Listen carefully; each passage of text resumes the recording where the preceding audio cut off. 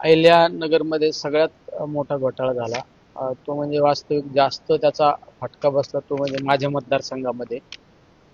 त्याचा centre point Supa, Shrigonda आणि पुण्यातील काही भाग. त्याचा सिस्पे घोटाळा 2025ला उघडकीस आला. त्या घोटाळ्याच्या आमिषापोटी अनेक लोकांचं कुटुंब बरबाद झालं, उद्ध्वस्त झालं. ज्यावेळेस हा घोटाळा उघडकीस झाला त्यावेळेस मी आदरणीय शरदचंद्रजी पवार साहेबांना भेटलो आणि पवार साहेबांना मी माझं एक पत्र दिलं आणि त्या पत्रावर साहेबांनी मुख्यमंत्र्यांना रिमार्क केलं आणि ते पत्र त्याची एक कॉपी SP कार्यालयात सुद्धा दिली.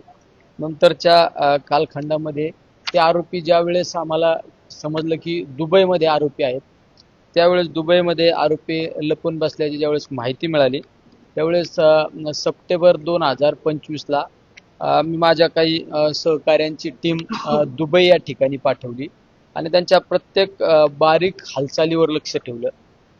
त्यांचे त्याबाबत वास्तव्य कुठे आहे, ते कुठला व्यवसाय करतात, त्या सगळ्या माहित्या गोळा करण्यासाठी आम्ही प्रयत्न केले आणि ज्या ज्या माहिती आम्हाला समजली ती माहिती आम्ही पोलीस अधीक्षक कार्यालय नगर या ठिकाणी आम्ही त्या माहित्या त्यावेळेचे तत्कालीन SP सोमनाथ घारगे होते, त्यांना त्या माहिती आम्ही पुरवण्याचं काम केलं.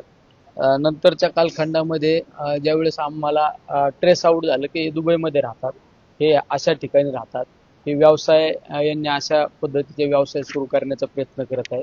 त्यावेळेस आपण 9 फेब्रुवारी 2026 रोजी देशाचे गृहमंत्री अमित शाह साहेबांना भेटून त्यांच्यावर आम्ही इंटरपोल करण्याची मागणी केली आणि CBI चौकशी लावण्याची आम्ही त्यावेळेस मागणी केली आणि चौकशीला गती देण्याच्या संदर्भात मी 2-3 वेळा आदरणीय अमित शाह साहेबांना त्या ठिकाणी भेटलो. बाहेरच्या देशामध्ये आरोपी पलायन करतात त्यावेळेस आपल्या देशातील काही तपास यंत्रणेला काही लिमिटेशन येत असतं.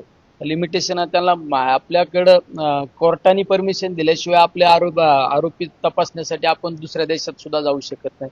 त्यामुळं मी माझी पर्सनल त्या ठिकाणी आमची दुबईतील काही सहकाऱ्यांना बरोबर घेऊन त्या ठिकाणी टीम लावली होती.